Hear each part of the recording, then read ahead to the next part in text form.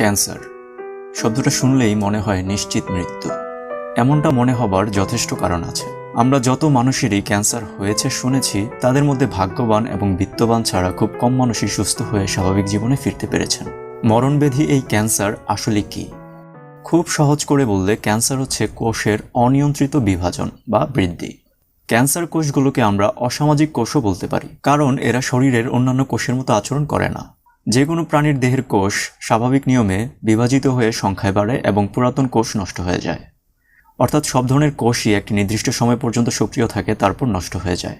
যেমন লোহিত রক্তকণিকার আয়ু 4 মাস, কোলন সেলের আয়ু 4 দিন। শুধুমাত্র স্নায়ুকোষ এসবের ব্যতিক্রম। স্নায়ুকোষ জন্ম থেকে মৃত্যু পর্যন্ত যেমন ছিল তেমনই থাকে, এদের কোনো বিভাজন হয় না। কোষের বিভাজন এবং নষ্ট হয়ে যাওয়ার সম্পূর্ণ প্রক্রিয়াটি নিয়ন্ত্রণ করে কোষের নিউক্লিয়াস। নিউক্লিয়াসের ভেতরে থাকে জেনেটিক ম্যাটেরিয়াল অর্থাৎ ডিএনএ। এই ডিএনএর মধ্যে থাকে জিন।